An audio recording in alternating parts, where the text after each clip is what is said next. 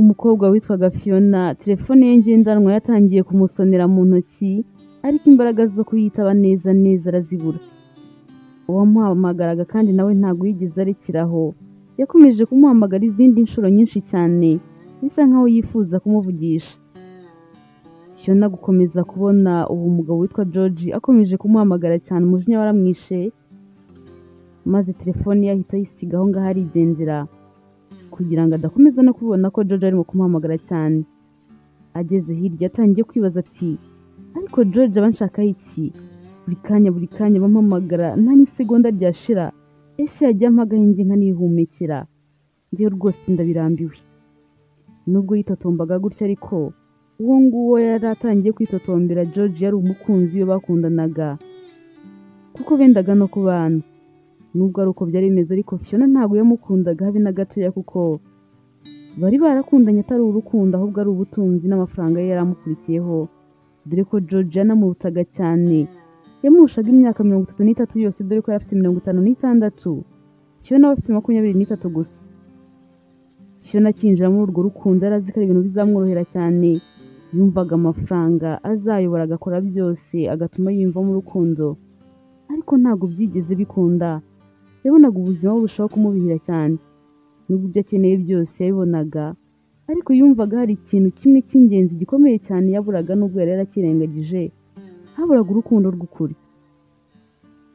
Fiona akomeje kubitekerezaho cyane, maze aravuga ati nubwo George ndimo kwanga kumwitaba, ariko nta yandi mahitamo mfite, ngomba kumwitaba kuko uru rukundo rw'ubusazi nishoyemo, nanjye nyine ngomba gukomeza guhangana nabwo uko byagenda kose, kandi George ntazigera avumbura yuko ntamukunda.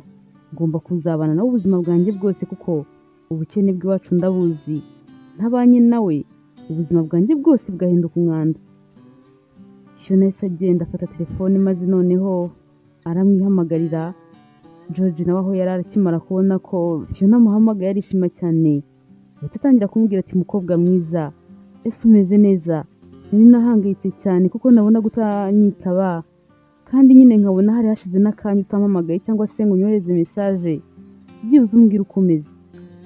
Fiona ahita amubwira ko ameze neza nta kibazo, kari uko telefone yari muri kure. George byahise bimushimisha cyane kumva ko Fiona ameze neza, maze ahita amubwira ati uyu munsi rero nibwo umuhungu wanjye w'imfura Mike ari buze, ese ntabwo nigeze mbikubwira? Araza, nagira ngo nyine uze kuza kumperekeza tujye kumufata ku kibuga cy'indege. Fiona ibyo bintu koko George yari yaramubwiye ariko yari yarabyibagiwe, maze ariko ntiyamubwira ko yabyibagiwe, ahita amubwira ati rwose nabyibukaga neza cyane, nari mbizi ariko nyine ntabwo nari nzi ko watekereza ko twajyana kumufata ku kibuga cy'indege. George ati ubwo se ntajyanye n'umukunzi wanjye akanakubona urumva najyana nanjye? Nuko ahita amubwira ati itegure vuba vuba tugende dore n'amasaha yenda kugera. Fiona yahise akupa maze atangira kwibaza ati kujyana nawe? Ubu ko karashaka ko tujyana? Rwose George kumbwira kujyana nawe ahantu numvaga ntabishaka habe namba, numvaga bimbangamiye cyane. Impamvu nangaga kujyana nawe nta yindi, hari n'igihe mu nzira twahoraga n'abantu maze bakambaza bati uyu nguyu ni papa wawe? Nkababwira nti oya, gusa ariko rimwe na rimwe hari n'igihe nikirizaga kugira ngo badakomeza kumbaza ibibazo byinshi, bambaza bati niba se atari papa wawe ninde? Kandi nyine birumvikana muri icyo gihe bakimara kumbaza icyo kibazo, hari ubwo numvaga binteye isoni zo gutinyuka kuvuga yuko ari umukunzi wanjye. Iyo navugaga ko ari papa wanjye nyine nikirije, George byaramubazaga cyane, maze bamara kugenda akambaza ati ariko se niba unkunda kuki uterwa isoni no kuvuga uwo ndi we? Kuki mba mbona ufite ipfunwe ryo kuvuga yuko ndi umukunzi wawe?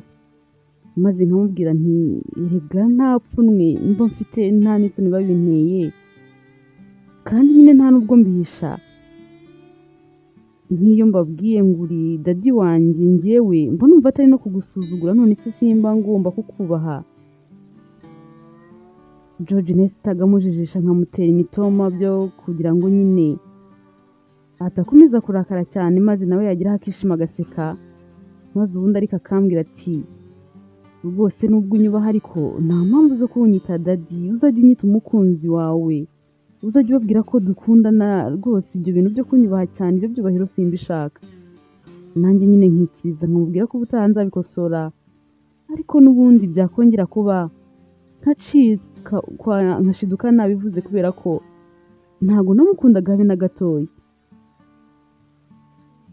Iyo twabaga turimo tugenda n'amaguru igihe kirekire byo nabyangaga kubi, kandi we yarabikundaga cyane, ambwira ngo iyo turimo dutemberana tugenda n'amaguru ngo we yumva bimushimishije cyane.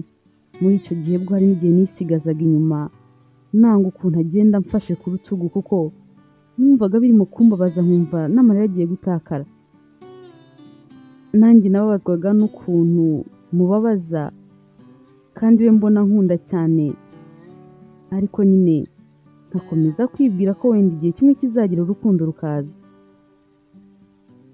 Icyo gihe rero kunsaba ko tuzajyana gufata Mike ku kibuga cy'indege, nageze aho ndabyemera kuko nari nzi ko tuzagenda n'imodoka nta n'ahantu harehare cyane, tuzagenda n'amaguru kuko nibyo bintu byambangamiraga kurusha ibindi byose. Icyo gihe turi mu modoka tugenda, nta byishimo na bikeya nari mfite agahinda kenshi cyane kanyuzuye umutima kuko naribazaga nti ese kubera iki Imana itampaye umusore nkunda ukiri mutoya nyine nishimiye ngo abe ari we tugendana nk'uku nguku. Byakomeje kumbabaza cyane maze George akambuza ati ariko se ko mbona utishimye wabaye iki? Mu by'ukuri iyo nabaga ndi kumwe nawe nishimaga ari uko wenda hari nk'ikintu yanguriye gifite agaciro kanini cyane, nabwo kandi nkishima akimara kukigura by'ako kanya gusa. Byaba nta kintu na kimwe yanguriye cyangwa se nta gift aheruka kumpa, nkumva rwose wapi, nkumva nta byishimo namba mfite. Ubanza ahari atari we nabaga nishimiye, ahubwo narabaga nishimiye ibyo yanguriye, nubwo nabyo byageze aho nkumva bisa nkaho bitangiye kundambira. Icyo gihe rero mu modoka yakomezaga kumbaza ati ariko se wabaye iki? Maze ndamubwira nti rega ntacyo nabaye kandi ndishimye, ahubwo nta nubwo nzi impamvu utarimo kubibona, ndishimye pe, nta kibazo na kimwe mfite. Ese ni iki cyambuza kwishima kandi ndi kumwe n'umugabo w'inzozi zanjye? Maze George agahita aseka akishima, agashaka nko kunterura, ariko nyine ntabibashe kubera ko yari atwaye. Twageze aho twenda kugera ku kibuga cy'indege, maze ndamubaza nti ese ko mbona nta rurabo dufite, Mike turagenda tumugera imbere mu maso gutyo gusa, biragenda gute? George ako kanya yahise ambwira ati ariko uzi ko ari byo, gusa njyewe ntabwo nari nigeze mbitekereza. Ndamubwira nti oya, reka tumushakire ururabo n'akandi kantu nyine wenda ko kumwereka ko tumuhaye ikaze mu rugo, ko tumwishimiye kandi ko twari tunamukumbuye cyane. Maze George ati nta kibazo Fiona, kandi ni ukuri urakoze cyane kubinyibutsa. Erega ujye umenya ko njyewe maze kwisazira, ubu ukiri mutoya uzi ibigezweho, ugomba kuzajya ubimfashamo, niyo mpamvu nyine naguhisemo ngo uzanshajishe neza. Mpita nseka ndamwenyura, ariko numva n'umujinya uranyishe, kugusazisha neza. Rwose George nta kibazo cye mu buzima busanzwe, yari umuntu mwiza, nta kibazo na kimwe yari ateje, gusa nyine gukundana nawe numvaga bindya ahantu, noneho kunyibutsa ko nzasazana nawe, ko ubuzima bwanjye bwose nsigaje ngomba kuzabumarana nawe kandi kazaba arimo gusaza cyane kurushaho, nabyo numva bitangiye kuntera umujinya. Yego koko George yari akeneye umuntu nk'uwo nguwo kuzamufasha kuzarangiza ubuzima bwe ameze neza, yishimye, akagira amasaziro meza atari mu bwigunge, ariko numvaga mwene uwo muntu atari njyewe.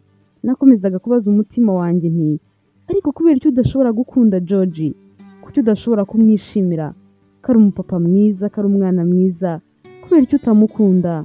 Nibazaga byinshi ariko nyamara nta gisubizo nabonaga.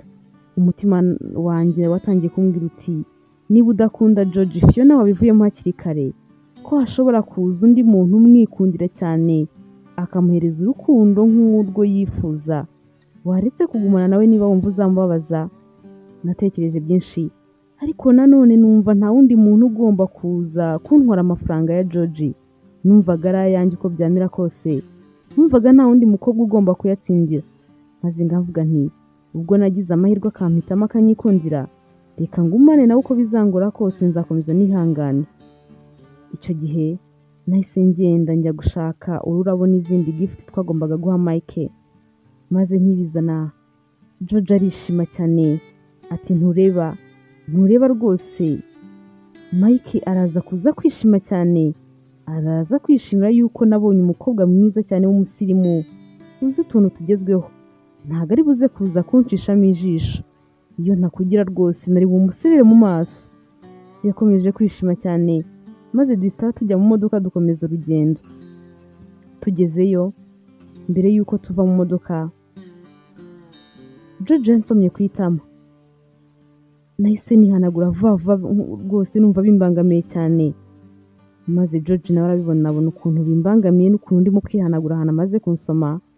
Biramubaza cyane, agahinda karamwisha. Maze aravuga ati ese kugusoma kwanjye bigutera iseseme? Ese mbwira ko mbona bisa nkaho wenda kuruka, kandi ari ukugusoma gusa, ubundi ubu ngubu urankunda?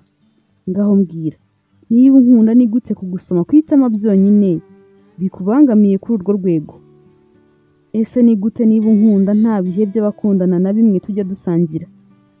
Ndamubwira nti George, ndagukunda nawe urabizi, ariko rwose nawe amahame yanjye ngenderaho urayazi, nuko uba ushaka kubyirengagiza. George ati ndabizi, ubwo ngubwo ugiye kuvuga ngo dutegereze ubukwe.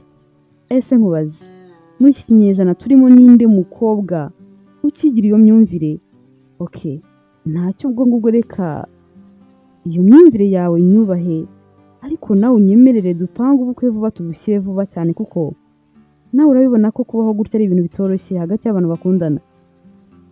Ndamubwira nti ubukwe nta kibazo, tuzabivuganaho neza twitonze.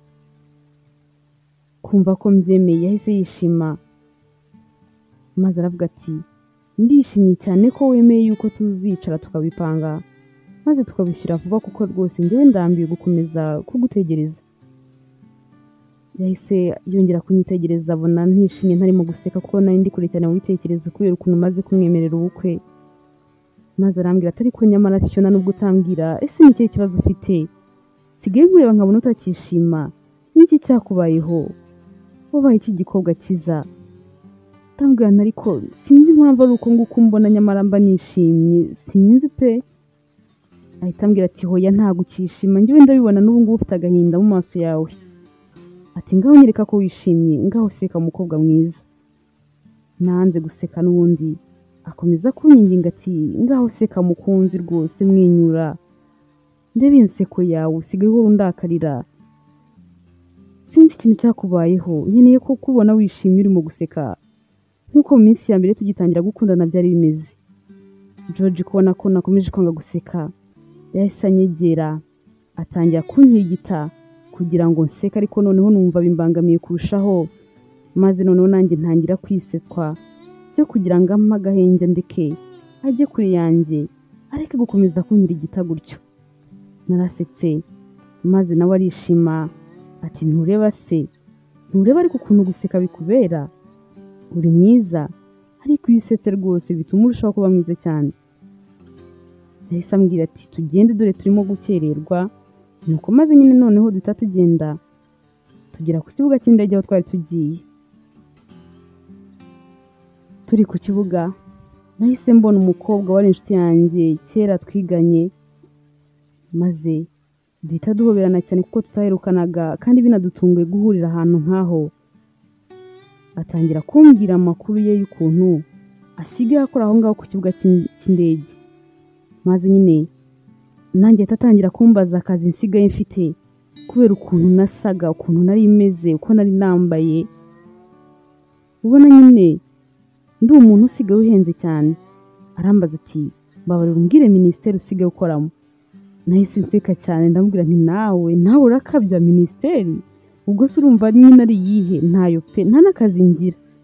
Nkimubwira gutyo yanze kubyemera, ati ntabwo bishoboka, umukobwa usa nk'uko nguko usa, wambaye gutyo, ufite isakoshi henze, umeze uko, ntabwo wambwira ngo nta kazi ufite, ntabwo nabyemera. Yakomeje kugira ngo ndimo kumubeshya, ariko nyamara sinamubeshyaga, nta kazi nigiriraga usibye amafaranga ya George naryohagamo, niyo yatumaga mera uko nguko, abantu benshi bakanyibazaho cyane. Twakomeje kuganira byinshi, maze ariko ngeze aho mbona umuhungu umwe wari uhagaze ahantu ku ruhande, bisa nkaho hari umuntu ategereje. Yari umuhungu mwiza cyane, maze ndamureba ndamwitegereza cyane. Uwo muhungu akebutse abona ndimo kumureba, maze nkibona ko ambonye isoni ziranyica, bitangarura amaso nanga kongera kumwitegereza. Uwo mukobwa twari turi kumwe duhagararanye yarabibonye, maze araseka. Ndamubaza nti ariko se ubwo urimo guseka iki? Ahita yongera araseka, atari ko mana yanjye, ubu singufashe. Ndaseka ndamubwira nti uramfashe, umfashe ngira nese? Arambwira ati singufashe, urimo kwitegereza umuhungu w'abandi.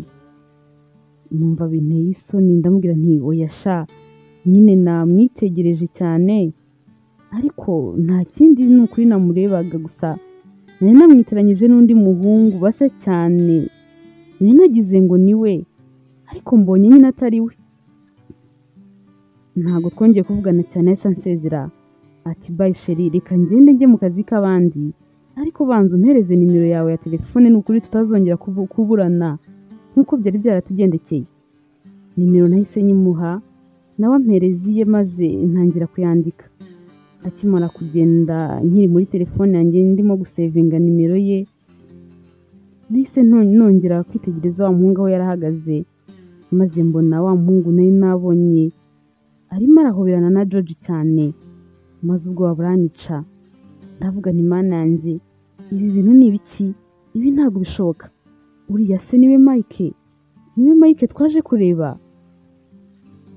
Mu by'ukuri muri ako kanya ntabwo nari nzi niba bimbabaje cyangwa se nabinshimishije, kuko nta kabuza nari maze kumenya yuko ari wa muhungu wa George twaje kureba. Gukomeza gutekereza ko ari umuhungu we, numvaga ntabyumva neza. Nahise ngenda mbasanga, maze George akimbona ahita amurekura, areka gukomeza kumuhobera, ahita atangira kuduperezanta, maze amubwira ko ndi fiancé we nitwa Fiona. Nanjye ambwira ko ari umuhungu we Mike twari twaje kureba. Njyewe na Mike twahise duhoberana, maze mubwira ko mwishimiye. Papa wese akomeza kumubaza amakuru y'imyaka myinshi bari bamaze badaherukana, maze Mike amubwira ko ameze neza, ko amakuru ari meza cyane, ko gusa nyine yari amukumbuye cyane. Mike ariko nyine yari atuje, ntabwo yavugaga amagambo menshi cyane. Mike natangiye kumwitegereza cyane, nkavuga nti ariko mana yanjye, mbega umuhungu mwiza.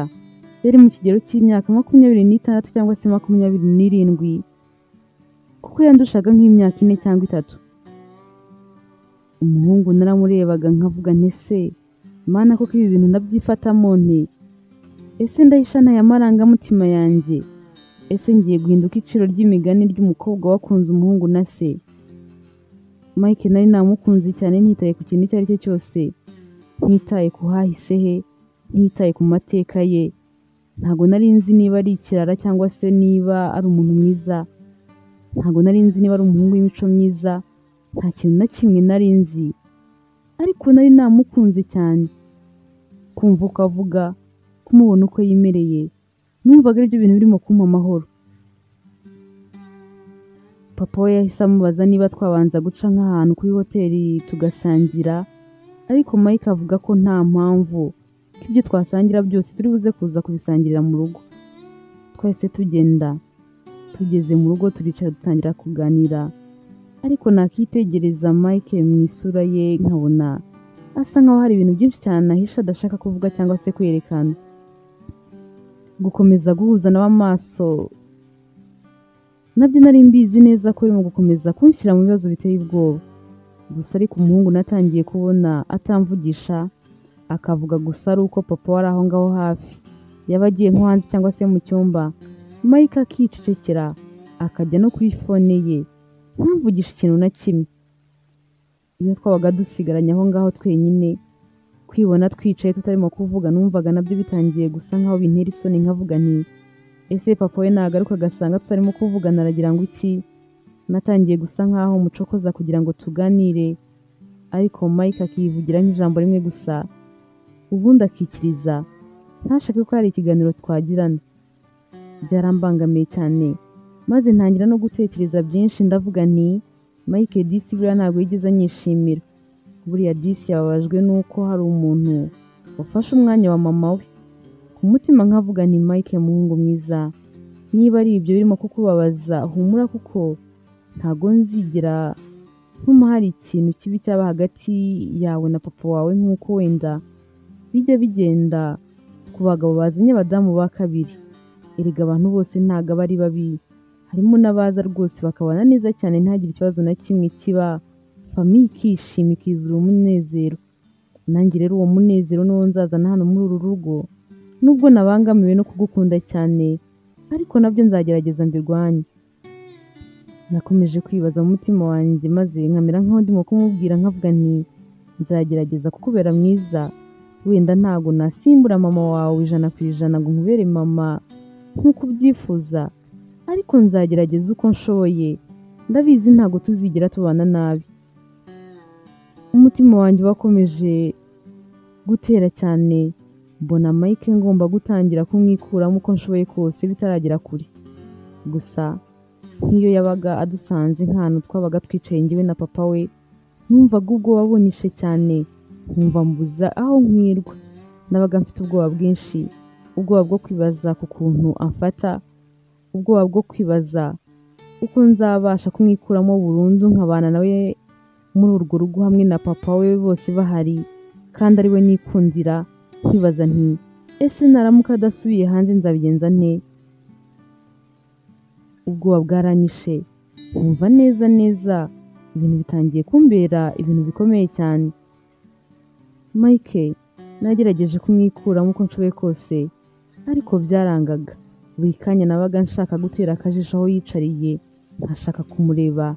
Mana yanjye, byari byanshanze nanjye muri ako kanya. Sinzi ukuntu byagendaga, ariko nabaga numva nabuze uko nifata. Navuga nk'ikintu nkatangira kwibaza niba nkivuze neza uko bikwiye, niba ari uko nguko nakabaye nkivuga ngo ntasabire imbere y'amaso ye. Ubanza ari urukundo rwari rurimo kunkoresha, nubwo nanjye nyine ntabisobanukirwaga, ariko nanjye nari niyobewe, nabonaga atari njyewe wa nyawe. Igihe cyaje kugera ndataha, ngeze mu rugo ntangira kwitekerezaho ndavuga nti ngomba kwikuramo Mike burundu rwose akagenda uko byamera kose, kuko ndamukunda, namukunze cyane, ariko we ntiyankunda. Ntabwo yakunda umukobwa ukundana na papa we noneho benda no kubana. Ikindi kandi ngomba kumwikuramo burundu nkibanira na papa we, kuko papa wamenye ko nkunda umuhungu we ntabwo nabikira, yahita anyanga, nabamubuze nkabura n'amafaranga ye, ubuzima bwanjye bwose bwahita buhinduka umwanda nk'uko kera nahoze. Mike urabeho, ntabwo nzongera kugutekereza. Natinze kukumenya nta kundi muhungu mwiza, gusa iyo nza kuba narakumenye mbere ya papa wawe nkagira Imana nawe ukankunda, niwo munezero uruta uwundi wose nari kuba ngize. Nari kwibera mu buzima bw'umunezero, kuko bisa nkaho uri umusore w'inzozi zanjye. Gukomeza gutekereza kuri Mike cyane, amarira yaranyishe, nisanga natangiye kurira, ariko ndamwibagirwa mwikuramo burundu rwose. Ndwana intambara yo kumwigizayo, kandi ngize Imana numva bisa nkaho bitangiye gukunda. Mu minsi yakurikiyeho, George yantumyeho ambwira ko yifuza ko twaganira tugapanga iby'ubukwe bwacu maze bukava mu nzira. Ati Fiona, ndabona hageze ngo dutangire dupange iby'ubukwe bwacu, ngwino tubiganireho nk'uko ubushize wambwiye ngo tuzashaka umwanya uhagije tubiganireho. Uyu munsi rero ndumva nawe uhariye wo gupanga ubukwe bwacu. Icyo gihe akimara kumbwira gutyo ansaba ko najya kumureba, narabimwemereye, maze ambwira ko yifuza ko twaba turi iwe mu rugo, ko ariho hantu hatuje cyane, ko yifuza ko twaganira nta muntu utuderanje. Icyo gihe nahise ngenda njya kumureba iwe mu rugo, ariko ndi mu nzira ngenda nagendaga nsaba Imana nti Mana yanjye uze kuza kumbabarira rwose Mike ntaba ahari. Mike nubwo namukundaga ariko numvaga ntashaka kumubona kuko naratekerezaga nti nshobora kumubona ariko simbashe kuza gukomeza guhisha aya marangamutima yanjye, rwa rukundo nabitse nigeje inyuma aho ngaho rugahita runtamaza. Ikindi kandi nasengaga Imana nsaba, narayibwiraga nti Mana yanjye uzambabarire nitumara gukora ubukwe Mike azahita agenda asubire hanze, kuko gukomeza kubana nawe mu rugo rumwe na papa we kandi ari we nikundira rwose Mana ndumva byazagera gukomeza guhisha ko mukunda bikananira, ugasanga n'urugo nashatse ko nubaka rurasenyutse byose bigahinduka ubusa. Nakomeje kugenda maze nkigerayo George ahita aza kunsuhuza nyishimiye cyane nk'ibisanzwe n'urukundo rwinshi cyane.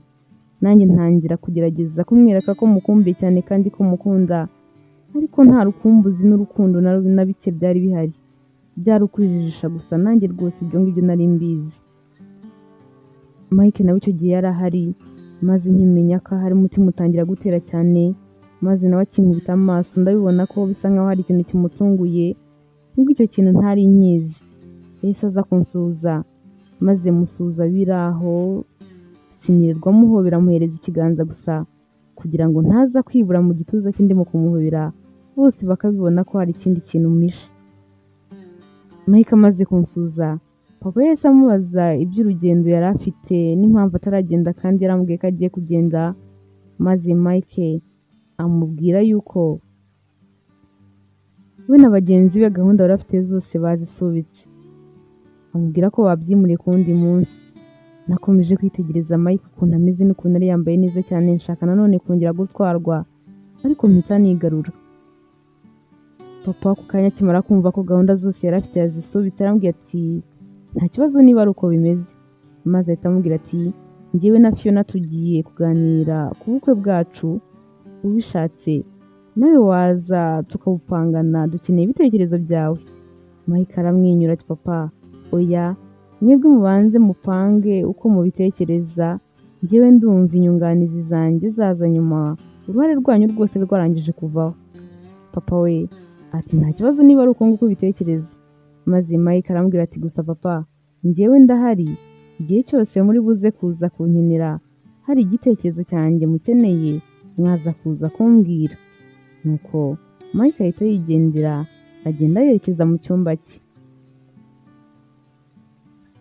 Icyo gihe Mike akimara kugenda, abandi nabo bagiye mu busitani ngo batangire bapange gahunda zabo. Bicaye mu busitani, Fiona hari igihe yarebye hejuru ku nyubako hejuru, ahita ahuza amaso na Mike bisa nkaho yari arimo abarebera mu idirishya ry'icyumba cye. Yari arimo bitegereza cyane abareba aho bari bicariye.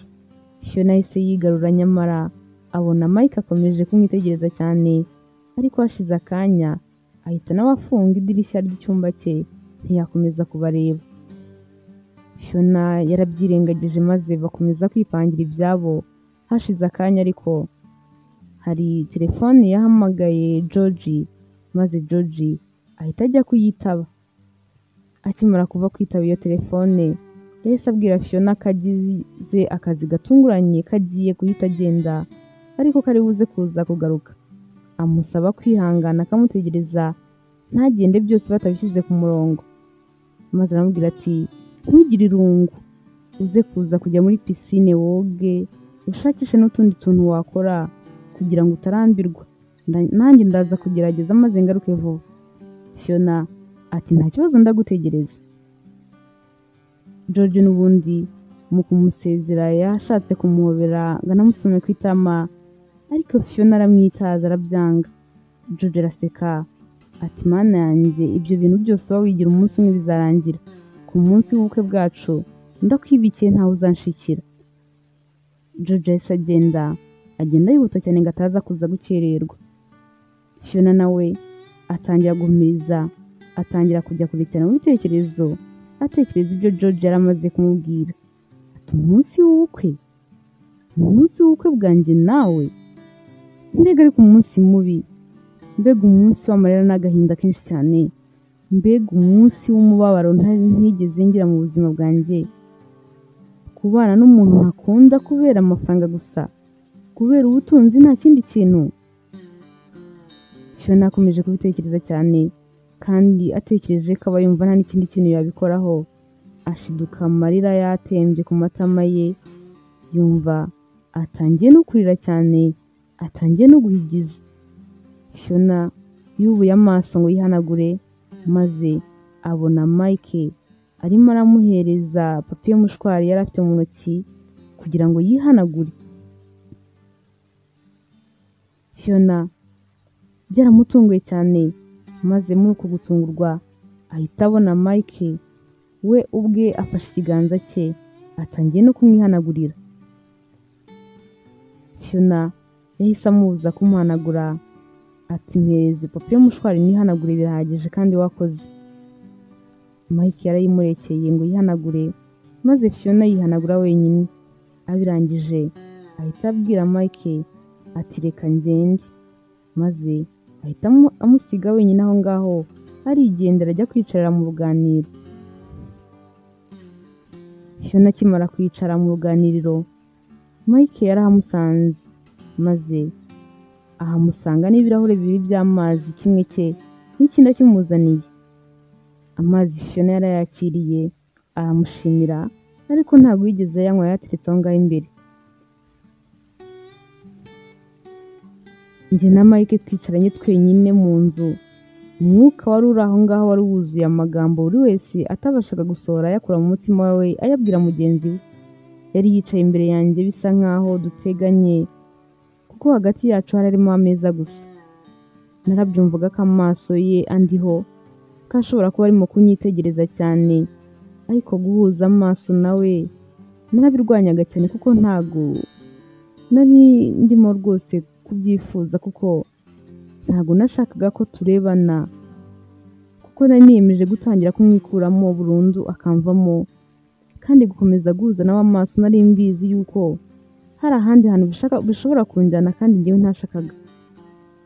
Mike yakomeje kubona ko ndimo kwanga ko turebana, maze ageze aho mu ijwi rye ryiza cyane nari narakunze aravuga ati ntabwo ugomba gukomeza kwigira nkaho utambona Fiona. Kumva avuze gutyo byarantunguye, kuko ntabwo nari nzi ko yambwira ijambo nk'iryo ngiryo. Ndamubwira nti nkaho ntakubona, ubwo se ushatse kuvuga iki? Mike yahise yimuka aho yari yicaye, maze ahita aza yicara iruhande rwanjye arambwira ati Fiona, mbabarira undebe mu maso. Kumureba mu maso nanjye narabishakaga,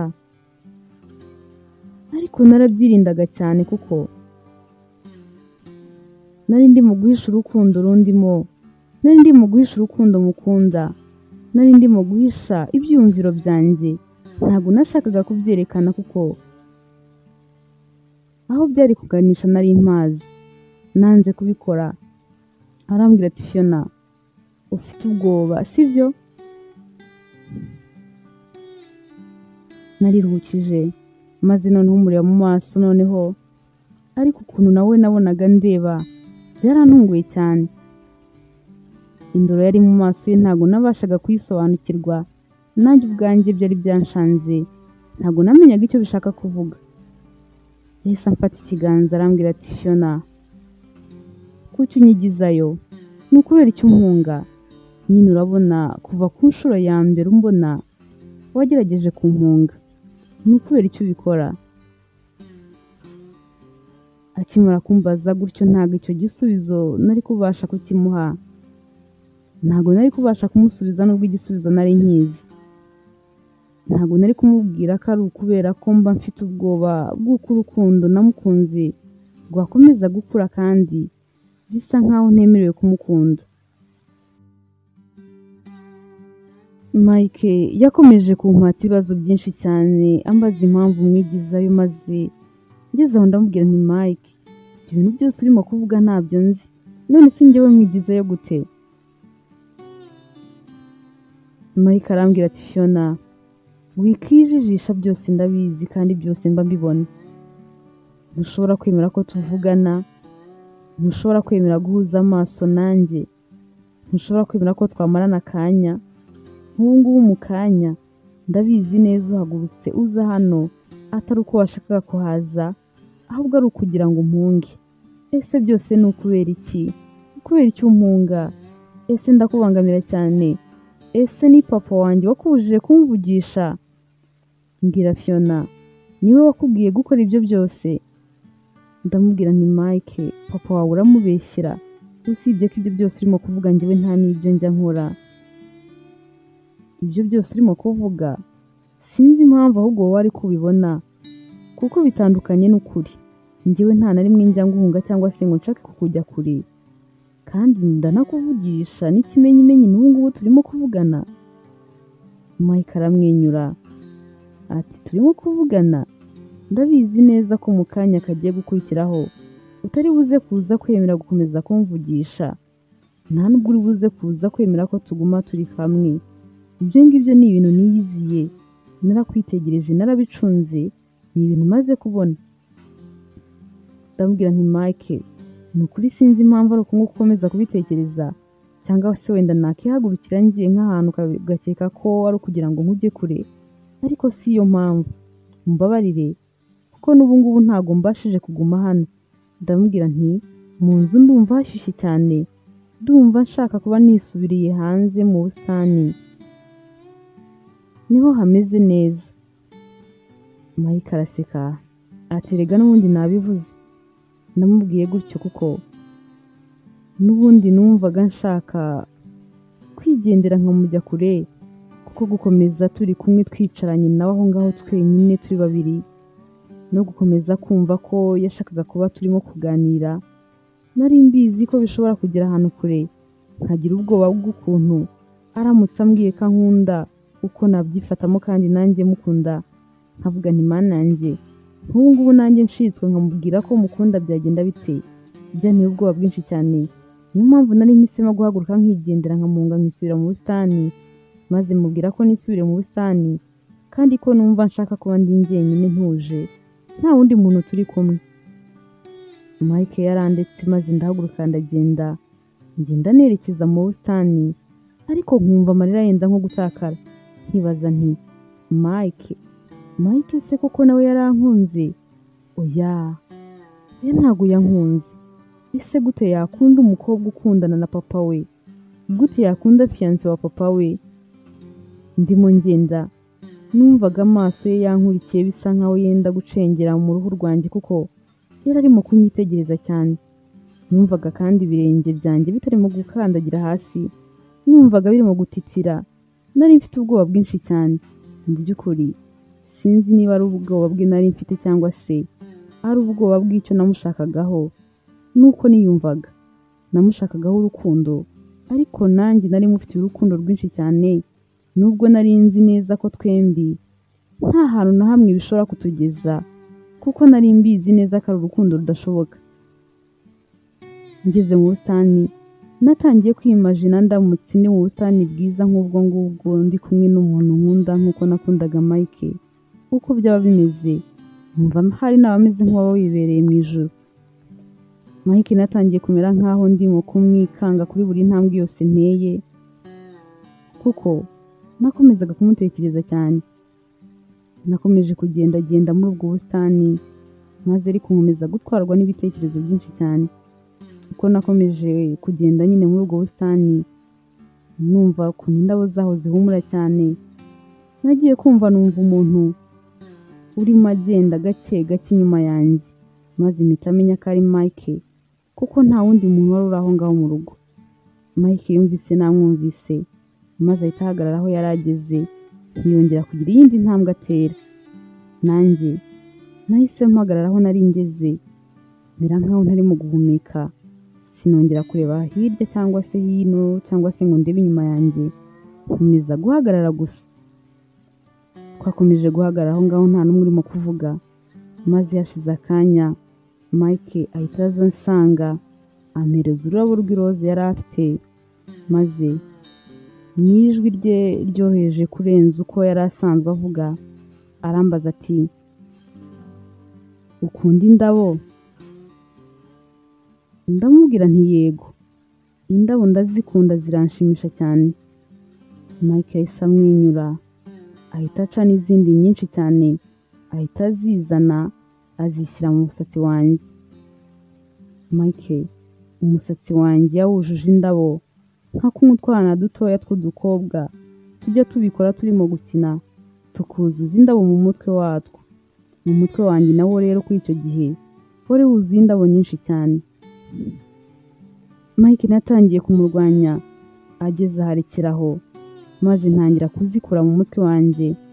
Uko nazikuragamo kandi nawe ubwo niko yari arangariye muri telefone ye, ntazi ibintu arimo kurebamo. Gusa icyo naje kumenya ni uko muri icyo gihe yari arimo kureba ukuntu yamfotora akamfata ifoto yanjye, kuko nashidutse yamfotoye. Nabonye amaze kumfotora ndarakara, ndamubwira nti Mike, kuki umfotoye? Uri umwana mubi cyane, hita usiba iyo foto. Yabonye nkomeje kurakara arambwira ati ariko wirakara, ngaho banza urebe ukuntu gufotora agafoto keza cyane.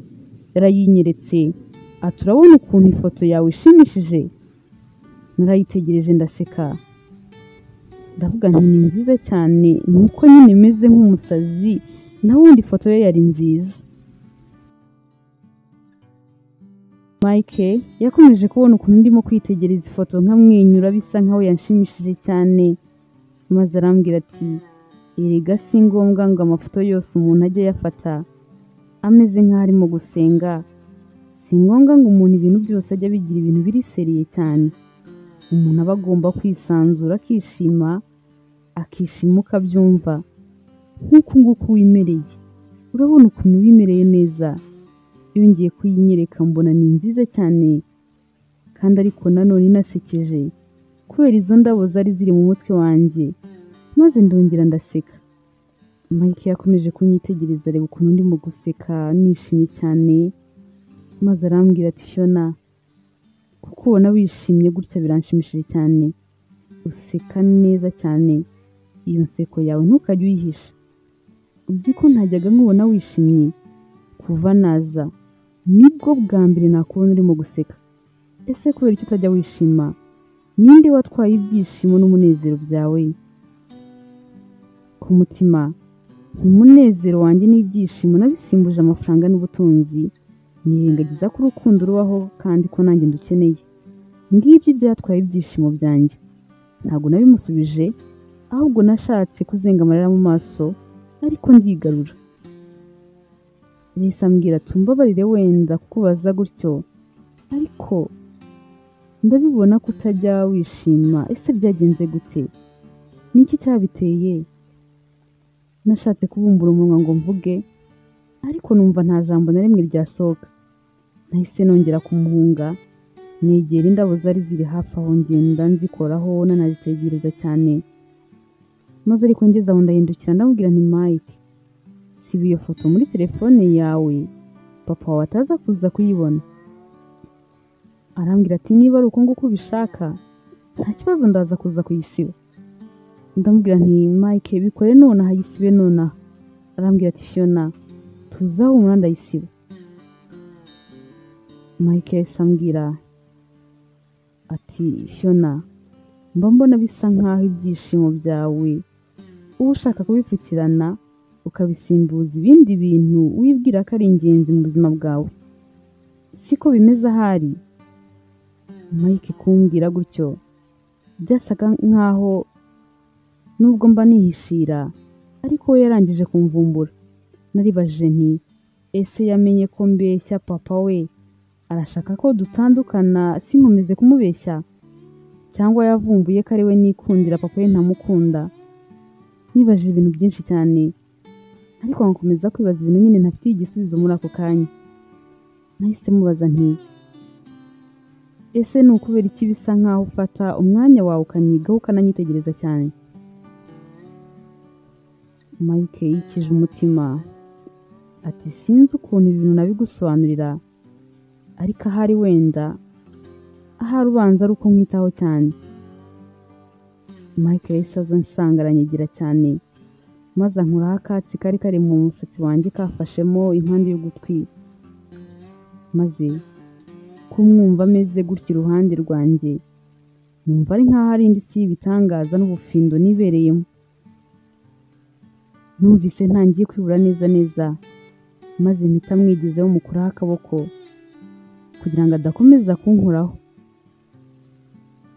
Maze mpita mubwira nti Mike, ndumva ntagishaka kuba ndi hano mu busitani, ndigendeye. Maze ahita amwenyura arambwira ati n'ubundi nari mbizi ko ugiye kugenda, nta kibazo, gusa nizere yuko utagiye kubera njyewe. Ndamubwira nti hoya, ntabwo ari ukubera wowe, nuko nyine numvaga ngomba nyine kugenda. Maze Mike arambwira ati it's okay, nta kibazo niba ari kubyifuza, nanjye ngiye kuba niryamiye, nubwo udashaka kubimbwira ariko ndabona bisa nkaho ndimo kukubangamira. Yahise agenda kuko ambwira ko agiye kuryama, ariko akimara kugenda naravuze nti Mike, ibi ni ibiki koko? Ni ubwa mbere nakiyumvamo urukundo gutya. Nibwiraga ko kwegezayo bizankundira bikananyorohera cyane, nibwira ko ntazongera kugutekereza. Nyamara ahubwo urukundo ngukunda rurimo kugenda rukura cyane kurushaho, bitangiye no kuntera ubwoba, ndumva nshobora no gutsindwa. Ikimbabaje ariko kurusha ibindi byose nuko bisa nkaho nawe ariko wiyumva kandi tudafite ikintu na kimwe twabikoraho. Nakomeje gutekereza cyane, agahinda karanyica, ariko sinaguma aho ngaho, mpita ngenda mfata fone yanjye mpamagara George papa we, maze ntangira kumubaza igihe ari buze kuza kugarukira. Yahise ambwira ngo arabona akomeje gutinda cyane, arambaza ati none se Fiona, nkoherereza amafaranga uba usohotse n'ibirungu ryakwishe? Ndamubwira nti oya, amafaranga si ngombwa, nta kibazo ndagutegereza. Muri ako kanya nari ntangiye kubona ko amafaranga yonyine atampaza umunezero nifuza. Igihe cyose yari yarahereye ayampa, ntabwo nari narigeze ngira umunezero nk'uwo nabaga mfite mu kanya gato nabaga ndi kumwe na Mike. Kuba hamwe nawe byonyine gusa, nta kindi kintu, numvaga bindutira ibintu byose byo ku isi. Mike ntacyo ampaye, atansohokanye, atangura imodoka ihenze, imyenda ihenze, telefone zigezweho n'ibindi. Kuba hamwe nawe gusa, kumwitegereza, kumva mvugisha, byamaga umunezero ntari narigeze ndota ko nabaho. Niyo mpamvu natangiye kubona ko hari ibyo amafaranga atagura.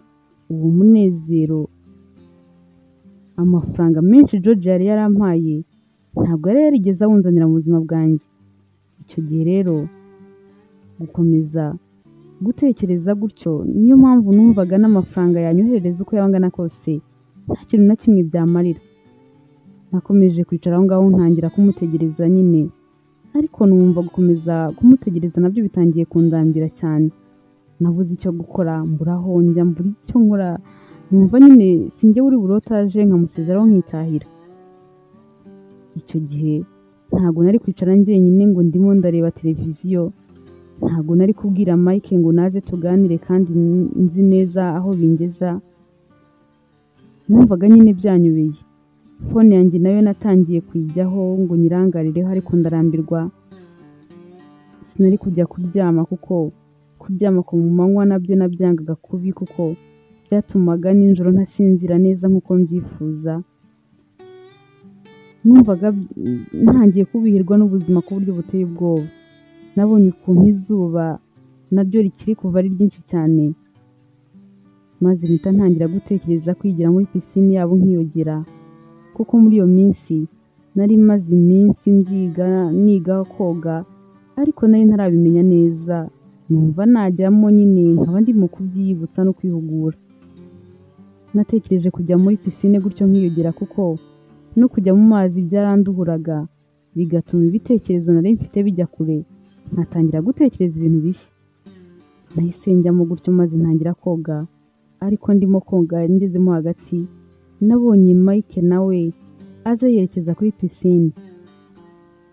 Nashatse kuvamo ngo nirukanke, ariko numva nabyo sinabikora kuko yari guhita mbona, maze akabona n'imyenda yoroheje nari nambaye, kandi narumvaga nyine ko atagomba kumbona ameze gutyo. Nagumye mu mazi sinagira aho njya, sinongera no koga, nyine nguma nyahagazemo, maze ntangira kumubwira nti Mike, subirayo mbanze mve mu mazi ubone nawe kuyazamo niba ushaka koga. Mike aramwenyura ati ntabikora se. Ndamubwira nti nutagenda ndaguma muri aya mazi sindi buyavemo paka papa wanjye aje. Mike arongera aramwenyura ati ningusangamo se. Kumbwira kunsangamo nahise nipfuka mu maso, ibyo ndabizi ntago wabikora. Mike ati Fiona tuza kandi wikomeza kwipfuka mu maso gutyo, uzi ko wagira ngo wambaye ubusa. Ese ubundi kugusangamo bitwaye iki? Nta kintu na kimwe bitwaye, urambaye ntago wambaye ubusa, ndabona wagize isoni nyinshi cyane kandi nta kintu na kimwe bitwaye. Ese ko hano batakoze aho abagabo bogera n'aho abakobwa bogera, ubwo kogeramo twese urumva bigutwaye iki koko? Mbwira nti ariko ugomba kunyubaha kuko erega ubu ngubu ni nkaho ndi umubyeyi wawe. Mike arandeba ati Fiona byose ndabizi. Yahise akuramo umupira yari yambaye asigarana ikabutura gusa, ahita yinaga mu mazi, ubundi ahita yoga aza ansanga ahagarara iruhande rwanjye. Twari twegeranye cyane turebana, numva ibyo bintu bitangiye kuntera ubwoba bwinshi cyane. Ndamubwira nti Mike ubu nutazankoraho koko, ngira nk'ikintu twabwira papa wawe wadusanze muri aya mazi twembi turi babiri turimo kogana, twavuga iki? Twamubwira ngo iki? Mike nubwo nari mfite ubwoba bwinshi cyane ariko yaramwenyuye bisa nkaho yabiciye amazi, maze arambaza ati Fiona ufite ubwoba? Ndamubwira nti yego mfite ubwoba kandi bwinshi cyane. Mfite ubwoba ko yahita atekereza ko hari ikintu kiri hagati yanjye nawe kandi nta gihari. Mike ati really? Uratekereza se koko ko icyo kintu kidahari? Byarantunguye ndanikanga, nabwira nti Mike ntacyo, nta gihari. Niba ari nako ubitekereza ntacyo kandi nta n'ikizigera kiba. Mike yakomeje kureba ubwoba bundi mu maze arambwira ati Fiona it's okay, nta kibazo. Gusa nanone ntutekereze ko nshobora kuva muri aya mazi nk'uko urimo kubinsaba. Ese ubundi kuki urimo gukomeza kumva ko hari ikibazo kibirimo? Humura, papa wanjye niyo yadusanga muri aya mazi turimo koga, ndabizi neza ko nta kibazo na kimwe yabigiraho. Ndamubwira nti mana yanjye Mike sinzi ukuntu umeze, ahari wasaze, ntabwo uri muzima, kuki urimo kubona ko ari ibintu bisanzwe? Mike ankomanga ku rutugu arambwira ati ariko Fiona tuza wibigira intambara, umva nkubwire. Namaze akanya nkwitegereza nkabona ukuntu utazi koga, mbona ushobora no kurohama cyangwa nyine kumira nk'iri maze amazi akaguhitana. Mpitamo kugusanga hano kugira ngo ngufashe. Mu by'ukuri si ukoga byari binzanye aha ngaha, ahubwo narinje kugufasha. Ngaho dukomeze nkwigishe byibuze ubutaha nawe uzaze wabimenye woge neza. Ndamubwira nti Mike oya ntabwo ngiwe nongera koga, byarangiye, nta nubwo kandi nkeneye yuko unyigisha. Niba aricyo cyari kikuzanye rwose igendere, va mu mazi ugende nanjye mvemo. Mike arambwira ati ariko se kuki ibintu byose bigira intambara kandi biba byoroshye? Ese ndakomeza kugusobanurira kugeza ryari? Urumva ryari ko kuba ndi kumwe nawe muri aya mazi nta kintu bitwaye? Nakomeje kumubwira nti niba ushaka koga genda woge, ariko ntabwo utegereje kubona ndimo kogana nawe cyangwa se urimo kunyigisha. Mike ati niko ubitekereza? Ndamubwira nti yego, ntabwo biri buze kuza kuba.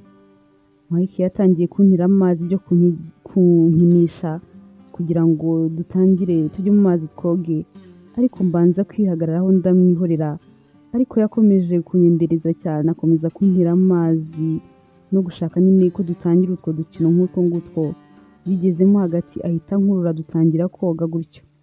Mike nashidutse, ibyo natangiye nanga nabyishimiye. Yaramfashije turoga kandi twoga akanya kanini cyane, nari nishimye cyane. Numvaga ibyo ngibyo ari byo byishimo bya mbere mbonye kuva nabaho. Nagezemo hagati ntangira kwibaza nti kuki Mike atari we tuzabana ubuzima bwanjye bwose. Gukomeza kubitekereza nazinze amarira mu maso, maze Mike arabibona ahita ambwira ati Fiona, nakubwiye ko ugomba kwishima kandi ko nakunda kukubona ubabaye.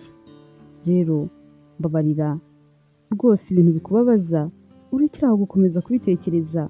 Mbabarira muri aka kanya, byibuze utekereze ko ndi kumwe nawe kandi nkwitayeho. Mike yahise yongera kuntera amazi ati seka. Yakomeje kuntera amazi cyane, nuko twongera gusa nkaho twongeye gukinira muri ayo mazi, maze dukomeza no koga. Nari nishimye cyane, ariko ngeze aho numva ibyishimo nari mfite bigomba kugira umupaka. Nahise nsa nkaho nigaruye, maze mbwira Mike ko twarekera, maze noneho aranyumva yemera ko tuva mu mazi. Tukimara kuva mu mazi twaricaye, Mike asa nkaho ashaka ko twaganira ibintu byinshi, ariko njyewe numvaga ntabishaka. Numvaga ibyo tuvuyemo bihagije, nta kindi twakongeraho, nta n'ikindi kiganiro twagirana. Numvaga kandi narakariye n'amarangamutima yanjye cyane n'umutima wanjye, kuko mu mazi kwifata byari byanze bikunze. Mike yari yabonye ko mukunda kandi ko mukunda cyane, ko nifuza ko twaba tunari kumwe akanya kanini. Numvise ntangiye kwirakarira cyane, ndakariye umutima wanjye wangambaniye ukereka Mike urwo rukundo rudasanzwe. Mike numvise ntagomba kugumana nawe, noneho numva ngomba kumwigizaho kandi ku mugaragaro, ntagomba gukomeza kubihisha. Ndamubwira nti Mike, ndakwinginze, nkeneye kuba ndi njyenyine. Mbabarira ntiwongere kunsanga aho ndi. Mbabarira ureke ngume ndi njyenyine, ntugaruke hano, kuko kuba ndi kumwe nawe ni ukuri ndumva bitangiye kumbangamira cyane. Mike yahise ambwira ati nta kibazo, ntabwo ndi bugumane nawe ku gahato utabishaka. Mukarambwira ati reka nigendere, ariko mbere y'uko ngenda ndifuza kukubwira ikintu kimwe. Fiona, ndifuza ko igihe kimwe wazanyumva, ndifuza ko igihe kimwe wazareka kunyigizayo ukampa umwanya mu buzima bwawe. Nuko ahita yigendera. Akimara kugenda numvaga nanjye mfite agahinda kenshi cyane, nkumva namubwira nti Mike, iyo wari uzi ukuntu nifuza kugumana nawe ubuzima bwanjye bwose, iyo wari uzi ukuntu nifuza guhora ndi kumwe nawe. Nkiri muri ibyo, papa yahise aza, maze mubonye ndikanga, ndavuga nti Mana yanjye ushimwe cyane, iyo dusangana ntago nari bumukire. Ubu se nari kumubwira iki koko? Yaraje atangira kumbwira ati umbabarire cyane, dore natinze. Nanjye ndamubwira nti nta kibazo, none se katari wowe nyine ko byari akazi. Mukarambwira ati Fiona, kimwe mu bintu mukundira ni ukuntu nyumva rwose, uko byaba byagenze kose uhora witeguye kunyumva. Ndamubwira nti ngomba kukumvirega, ubwo se kuko ntabikoze ntakugiriye icyizere nakigirira nde wundi? Yahise ashaka kunterura, ariko ageze aho yibutse ko ibyo bintu ntabikunda arandeka, arambwira ati ngaho dukomeze tuganire. Ndamubwira nti mukuri burije, ndabona nta kindi kintu twaganira naho amasaha ageze, nuko nanze kugenda utarahagera. Nkimara kumubwira gutyo ko ngiye gutaha, byabaye nkaho bimubangamiye, maze aranyinginga ngo ndare, ariko ndabyanga. Ndamubwira nti mukuri ntago narara, ndatashye, ntago narara, ntago byakunda, tuzashaka undi mwanya tubiganire.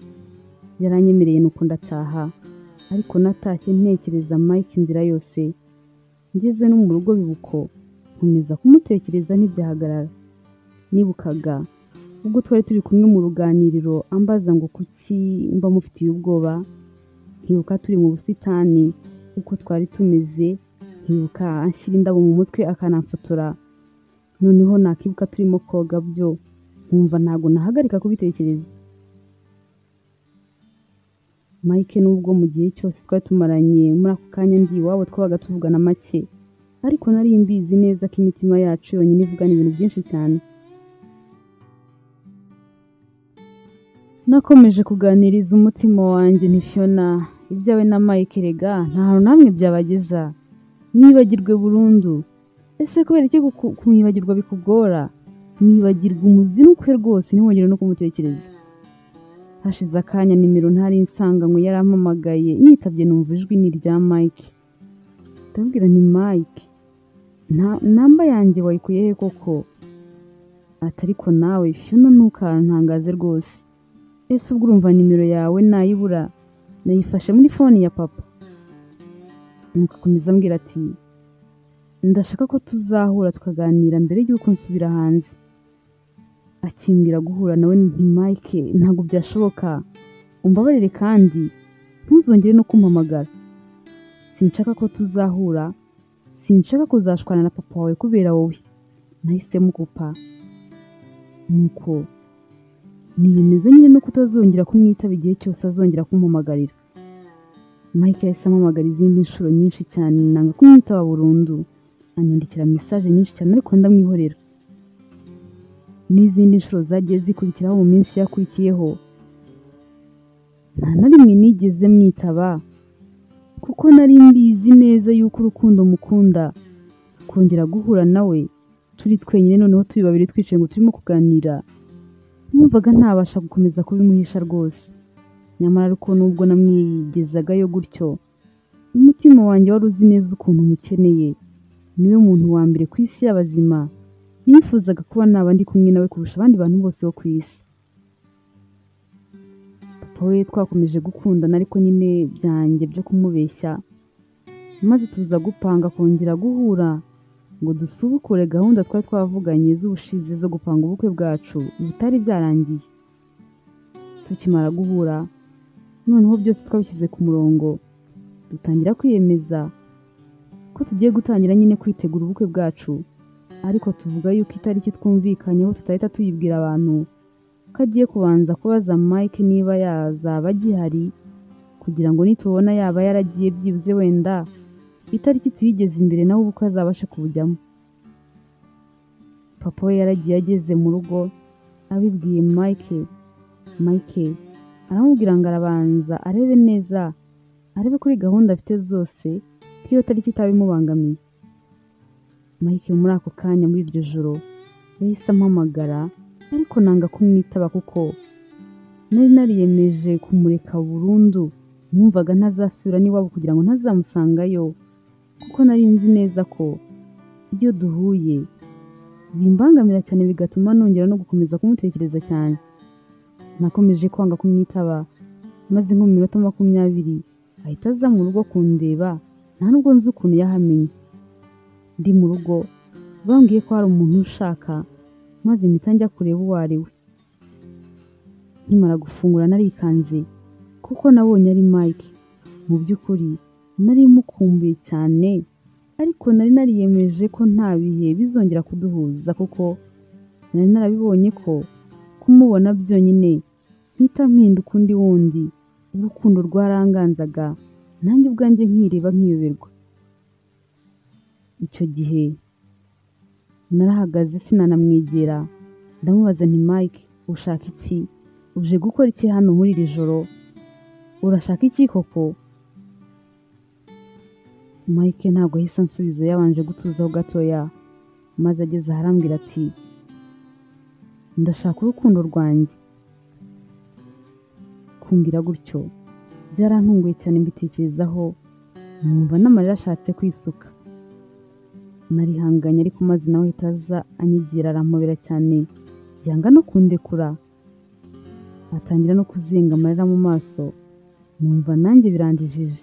Ni ubwa mbere umuntu yarampobeye gutyo, nkumva nanjye namuhobera simurekure. Hashize akanya ariko arandekura, arambwira ati Fiona ntumbone gutya ngo ugire ngo nasaze cyangwa se ngo ndi umusore udashobotse. Ni urukundo rugira yarwo. Ntabwo nari nzi ko rushobora kurindagiza umuntu bigeze aha ngaha.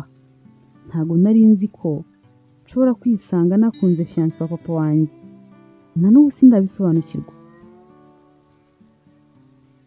Ahari ubushize cyagiye mu rugo wabonaga nkukurikirana ahantu hose wigiriye, nkagusanga aho ugiye hose. Wenda rimwe na rimwe ugakeka ko ntari seriye, ntashobotse, ariko byose n'urukundo rwabinkoreshaga. Kuguma ahantu utari kuba ahantu utari ntabwo nari ndimo kubishobora. Narabigeragezaga nko kubeshya ngo ngiye kuryama, ariko nagerayo amahoro nkayabura. Gukomeza kuguma ahantu utari nkumva biranze, umutima wanjye ugakomeza kumpatiriza kuza aho uri. Fiona, ntakubeshye nyigukubita amaso bwa mbere naragukunze. Kumenya ko uri umukunzi wa papa wanjye byarambabaje cyane, bintera n'ubwoba bwinshi cyane. Ntangira gutekereza ikintu nakora ngo nkwihunze kuko nari mbizi neza ko ntakundana nawe. Ntangira kukwegezayo uko nshoboye kose, nanga kukuvugisha ngo ntacike uko abibona. Wanganiriza simusubize, wambwira ikintu cyose nkikiza, byose ari ukukwihunza kugira ngo hatagira ibintu byinshi tuvugana ukaza gukeka ko nagukunze, kandi nari mbizi neza ko nta hantu byatugeze.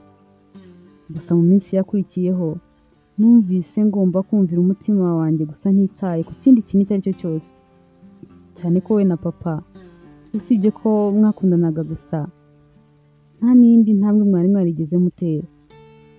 Fiona, naragukunze birandwaza, ngukumbura ijoro n'umunsi, kugeza ubwo cyagiye nakubonye uje mu rugo, gahunda zose nkahita mbwira papa wanjye ko zahindutse kugira ngo byibuze ngume mu rugo njye nkubona. Mubeshya gutyo, kandi nyine nta kintu na kimwe cyari cyahindutse, kuko bagenzi banjye twari dufitanye gahunda bazigiyemo bonyine, njyewe ndasigara. Kumva ko cyagiye papa none hagiye kandi ko ari butinde, byo byari ibindi. Nanabishimiye Imana cyane kuko uriya munsi ni mu minsi myiza nagize mu buzima bwanjye, sinshobora kuzawibagirwa. Mike gukomeza kumbwira ibyo bintu byose neza neza uko yiyumva n'uburyo yagiye akora kugira ngo anyikuremo. Nanjye numvise ariko bimeze, twari tumeze kimwe. Yagejeje aho ariko numva ngiye nko kurira, numva kwihangana biranze, ariko ndigarura cyane kuko nyine nakomezaga kurwana no gukomeza kwihagararaho no kwihangana kugira ngo nibagirwe burundu nikomerezanye na papa we. Maze mpita mubwira nti Mike, na n'ubu ngubu ntabwo ndimo kumva icyo ushatse kuvuga. Nubwo byose yari abimbwiye, ibyo yavugaga byose nabyumvaga, ariko n'ubundi nagombaga gukomeza kumwigizayo, mubwira ko ibyo bintu arimo kuvuga ntarimo kubyumva neza, ntazi n'icyo agamije. Maze Mike ati Fiona, icyo nshaka kuvuga nawe urakizi, gusa nanone ntabwo nakomeza kubica ku ruhande.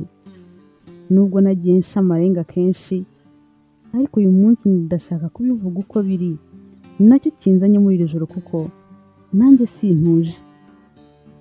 Mike yandebye mu maso, numva ntangiye guhinda umushyitsi neza neza, numva ndimo gutitira. Nageze aho ndatuza nihagararaho, maze n'ijwi rituje cyane arambwira ati Fiona, ndagukunda. Mike yambwiye ko ankunda, numva neza neza nsheshe urumeza, numva mbuze naho ndeba.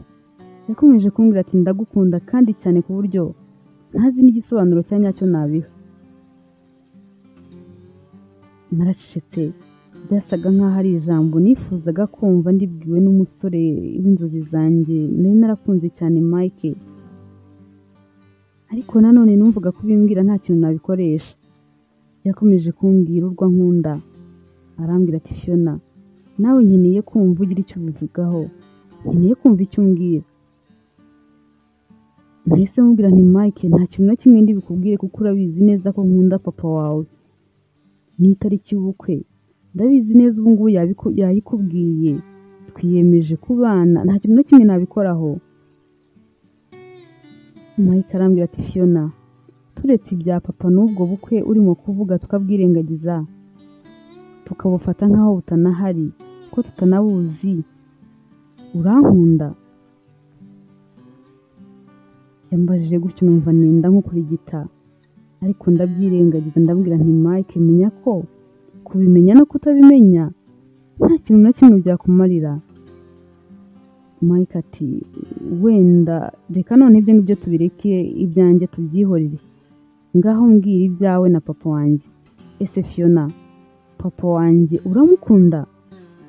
uramukunda cyane ku buryo wumva witeguye kubana nawe ukazamuha umunezero mu buzima. Nahise mubwira nti Mike, ibyo byose ni iby'iki? None se ntamukunda twaba tugiye kubana kubera iki? Mike araseka ati Fiona, aho ngaho urambeshye cyane rwose. Papa wanjye ntago umukunda habe na gatoya, nta na 5% umukunda. Arambwira ati ndabizi neza iyo muri kumwe nta kindi mbona mu maso yawe usibye kwicuza mu maso n'agahinda biba byuzuyemo, nta kindi kintu nkubonamo. Papa wanjye ntumukunda, iya kuri iruhande uko uhinduka ndabibona, byose nta na kimwe ntazi, ntago umukunda rero wimbeshye. Nuko arambwira ati Fiona, ibyo ngibyo ntago nabikurenganyiriza kuko urubyiruko rwinshi rwarabyiharaje muri iyi minsi, twirengagiza urukundo rw'ukuri tugakurikirana imitungo n'amafaranga. Nyamara nuganira na bamwe muri bo bisanze muri ubwo buzima uzasanga nta munezero bafite, nta munezero n'ibyishimo na bikeya bajya bagira, kuko uzi ikintu baza kuvumbura basanga hari ikintu gikomeye cyane amafaranga atagura badafite. Icyo kintu nta kindi ni urukundo rw'ukuri. Kubaho muri ubwo buzima bimeze nko kuba wabona ibiryo byiza wifuza ibyo ari byo byose, ariko bakabiguha bidafite isa, ntagu cyangwa se icyanga na gikeya, nta buryohe bifite. Ibyo ngibyo rero birutwa no kubona dukeya turyoshye, kuko ubwo buryohe bugutera no kuryoherwa n'ubuzima no kugira n'ishyaka ryo kuzagera kuri byinshi bishoboka, ukifuza kubigira naho n'umuntu ukunda. Sinzi niba ibyo nshaka kuvuga ubyumva cyangwa se nanjye sinzi n'ukuntu nabigusobanura ngo ubyumve, ariko nuko nguko bimeze. Papa wanjye rero niba ushaka kuzabana nawe utamukunda, nawe nibwo buzima uzajyamo, ntabwo uzigera uryoherwa. Rero Fiona, kukubwira uko ntago ari uko nashatse kukwambura papa wanjye cyangwa se ngo wenda mbe ndimo kugushukashuka kugira ngo umureke, ahubwo nuko nabonye ko utamukunda kandi njyewe nkaba ngukunda cyane. Rero niba nawe unkunda, ibyiza nuko wakiyizira papa wanjye ukamuharira undi muntu wamukunda, kubera ko Fiona, ntakubeshya uko umuntu yaba angana kose, imyaka iyo ari yo yose yaba afite, ntago yabura umuntu umukunda kandi by'ukuri. Rero kuko nabonye ko papa wanjye utamukunda kandi njyewe nkaba ngukunda, niyo mpamvu nkwinginze ngo niba unyikundira uze twikundanire ntacyo bitwaye. Mike yakomeje kumbwira byinshi, maze ngeze aho ndamubwira nti Mike, rekera gukomeza kunyurira kuko ndabyumva nta kindi kikuzanya aha usibye kunyurira ko ntakunda papa wawe ko mukurikira amafaranga n'imitungo gusa. Mike ati Fiona, si ukugucyurira, niba iyo mitungo ayifite ukaba unamukunda, Imana ishimwe kuri ibyo ngibyo, ariko niba utamukunda ukaba ufite undi muntu ugukunda nawe ukaba umukunda, sanga urukundo rwawe. Fiona, ibyo Mike yamubwiraga yumvaga ari iby'ijana, yumvaga arimo no kumubwiza ukuri, ariko agakomeza kwihagararaho ati Mike, nkunda papa wawe cyane, nta n'undi muntu nakunda kuri iyi si nkawe. Rero niba hari ukundi kuntu bitekereza wibeshye rwose, kuko si ngomba no kumureka kandi nzamuha umunezero yifuza mu buzima bwe bwose. Mike ati Fiona, ndifuza ko wakabaye uvugisha ukuri. Mike yari afite ukuntu harasoma mu mutima wanjye, kuko wagira ngo yari abizi neza ko nanjye mukunda cyane, nanjye naramukundaga, ariko ibyo yavugaga byose nubwo byari byo, numvaga kureka papa we tugakundana bitabaho rwose, numvaga twaba dukoze amabara. Hashize akanya turimo kuvugana, maze ageze arambwira ati Fiona, mpereza ibiganza byawe. Nagize ngo numvishe nabi hari, maze ndamubwira nti ibiganza byanjye. Arandeba ati yego ibiganza byawe, ese wabimpa?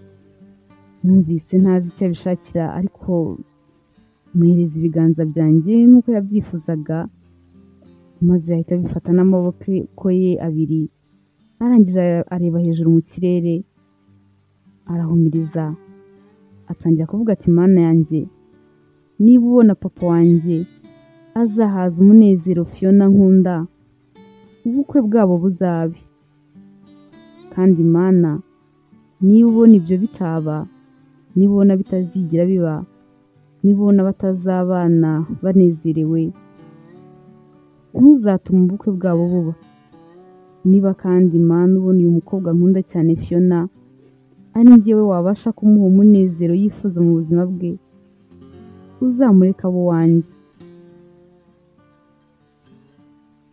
Mike yamaze kuvuga gutyo amaso ye yuzuyemo amarira maze ahita ndekura. Nahise mwitegereza mbona agahinda afite kenshi mu maso ye, ku mutima nkavuga nti ndifuza nanjye nakabaye nkubwira ko ngukunda kandi ko ngukunda cyane, maze ariko ibyo aho kugira ngo mbivuge mpita mubwira nti isengesho ryawe Imana ntago yaryumva kuko washyizemo kwikunda cyane. Mike arambwira ati bibi ni kuri mu kubitekereza, uratekereza ko nashyizemo kwikunda? Ndamubwira nti yego urimo kwikunda cyane, urimo urasaba Imana ngo sizampe papa wawe ahubwo nzaba uwawe. Mike ati hoya ntago ari uko navuze, nta nubwo muri iri sengesho kandi nshyizemo kwikunda, ahubwo ni wowe nakunze kuko nsenze nsaba umunezero wawe ngo uzabasha kuwuguha azaba ari we Imana izaguha. Niba umunezero papa wanjye azabasha kuwuguha nta kibazo Imana izareke mu bantu, ariko niba ibona nyine uwo munezero utazigere buba ubwo bukwe ntibuzigere buba, kandi niba ibona njyewe na papa nta n'umwe wakunezeza izaguha uzabigukorera, kuko Fiona njyewe ndagukunda cyane, nta kibi nkwifuriza, ibyishimo n'umunezero wawe nibyo nshyize imbere. Mike yahise anyitegereza cyane ariko ntiyagira ijambo na rimwe avuga, ariko indoro ye yari isobanuye byinshi muri icyo gihe. Yahise ambwira ati Fiona nta nubwo kandi nzongera guhangayika. Imana niba ubona ko kuri wanjye, niba ubona ari njyewe uzaguhaza uwo munezero, niba ibona ari njyewe tuzabana tukabana twishimye, ubwo ngubwo izakuma. Mike yahise ansezera hanyuma ahita yigendera. Yamaze kugenda nkimara kubona ko amaze kurenga, maze ndarira cyane mvuza induru ndavuga nti Mike ndagukunda, ndagukunda cyane Mike, ndagukunda Mana yanjye, kuko ibi ni ibiki? Ese kuki ntabashije kumubwira ko mukunda? Nanjye nakabaye mubwira ko mukunda kandi ko mukunda cyane. Nararize ndicuza, nicuza ukuntu ntigeze mbasha kugira imbaraga zo kumubwira ko mukunda cyane. Maze ngezeho ndavuga nti Disney ni umwana mwiza, azi gusenga, yizera Imana.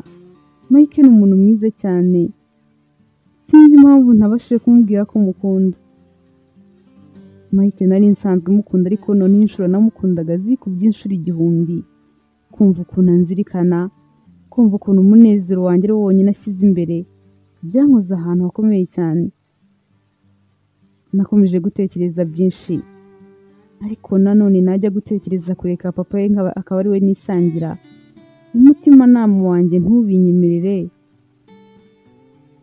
Nkumva ntazihanganira kumva abantu bavuga bati dore wa mukobwa wanze papa w'umuhungu yakundaga, ahubwo akajya kwibanira n'uwo muhungu.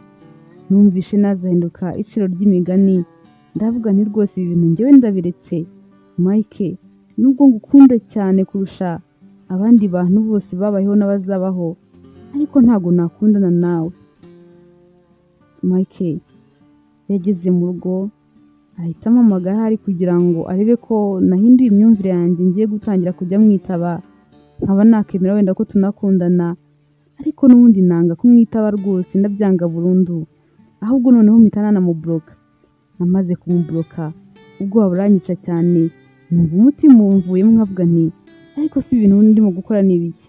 Ese ibintu ndimo gukora niko nakabaye mbikora? Byanteye ubwoba bwinshi, ariko numva nyine imyanzuro ndimo gufata niyo kuko numvaga nta kundi kuntu nabigenza. Nka nyuma y'iminsi 3 Mike yasezeye papa we amubwira ko yisubiriye hanze, ko hari gahunda zihutirwa agiyemo, ko bibaye ngombwa akahita agenda. Papa arababara cyane ati simbyumva, none se bihindutse gute? Ko warambwiye ko uzatinda inaha cyane uzagenda nyuma y'igihe kirekire, bigenze bite bihindutse gute? Mike ati papa, nanjye nukuri birantunguye cyane, ntabwo ariko nabiteganyaga, ariko nyine bibaye ngombwa ko mpita ngenda, nta kindi kintu twabikoraho. Papa we ati Mike, nubwo ugiye kandi ubukwe bukaba bwenda kuba, nizeye kuzakubona ugarutse mu bukwe bwacu. Mike yarikirije, ariko nubwo ntawe yari kubibwira, icyo nicyo kintu cya mbere cyari gitumye agenda, kuko ntabwo ari kwihanganira kubona umukobwa akunda hari undi muntu umwambitse impeta. Yigendeye gutyo kuko ubwo bukwe ntabwo yashakaga kuzabuzamo.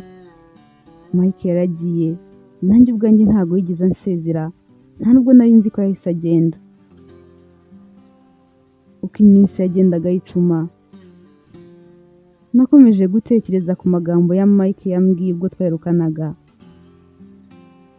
Ntekereza ibintu byinshi cyane, ntekereza ku gihe cyose namaranye na papa we, nibwira ko urukundo ruzaza, ariko bikaba byaranze burundu. Natangiye gutekereza nibuka ko mu gihe cyose namaranye na George papa we nta bihe byiza twigeze tugira nabyo abakundana, haba ari ukuganira duseka twishimye. Nta kintu na kimwe cyiza cyamunyibutsaga cyangwa se ngo mutekereze nk'igihe ndi njyenyine ngo numve ndamukumbuye cyane, ngo numve wenda nshaka ko tuba turi kumwe tuganira, ngo numve wenda nkumbuye nko kuba ndi kumwe nawe turimo nko gutemberana ahantu, cyangwa se ngo murote nko mu nzozi zanjye. N'igihe namurotaga nasabaga Imana ngo imbabarire izo nzozi mpite nzibagirwa sinongere no kumutekereza. Natekereje ibintu byinshi cyane, ndavuga ntari ko se kuko Mana uyu muntu nzabana nawe ubuzima bwanjye bwose? Ese ni iki kinyemeza ko umuntu ntakunda kuri uru rwego nitubana ntazamuca inyuma? Ese ko numva ntamukunda koko nzabana nawe nishime sintekereze kumuca inyuma? Ese aho kugira ngo nzabane nawe ntamuha urukundo n'ibyishimo, ntangire wenda nanamuca inyuma, kandi wenda hari undi muntu umukunda watuma yishima, wamuha ibyishimo yifuza mu buzima bwe bwose, uzamusazisha neza akazarangiza ubuzima bwe anezerewe, uwamuvira mu nzira ko wasanga uwo muntu ahari. Nakomeje gutekereza amagambo Mike yambwiye ko umuntu uko yaba angana kose, uko yaba ameze kose, uko yaba akuze kose, katabura umuntu umukunda bya nyabyo. Numva nakoze amakosa akomeye cyane, numva niba koko hari undi muntu ukunda George bya nyabyo, ngomba kumuvira mu nzira. Natekereje ibintu byinshi cyane, numva ngomba kumureka, ndavuga nti nubwo afite imitungo myinshi cyane, ariko ubu ngubu ngiye kuba njyewe wa nyawe, nta kintu na kimwe ngiye kongera gukurikira, kuko umunezero wanjye aho ushingiye narawubonye. Umunezero nifuza mu buzima bwanjye ni umunezero nyakuri, ni umunezero wo kuba mfite umuntu nkunda nanjye nkunda, atari ibindi bintu nkurikiye kuko nabonye ko byo bitajya bimu umunezero wa nyawe. Nta wundi muntu nzakunda ngendeye ku byo atunze cyangwa se ku kindi cyane icyo ari cyo cyose, nzagendera ku rukundo nzabamukunda gusa, nta kindi kintu nzarebaho. Papa Mike namuretse gutyo, maze mubwira ko ubukwe butakibaye, mubwira ko numva ntiteguye bihagije. Yarambwiye ati Fiona, nubwo bimbabaje ariko n'ubundi nta nubwo binantunguye, kuko nari mbizi yuko utankunda, narabibonaga yuko utankunda, nuko nakomeje kwizera ko wenda amafaranga yanjye azatuma urukundo rugeraho rukaza, ariko none reba ntago byigeze biba. Arambwira turakoze ko ubimbwiye kare ukambwiza ukuri kandi ukabimbwira itariki y'ubukwe tutarayibwira abantu.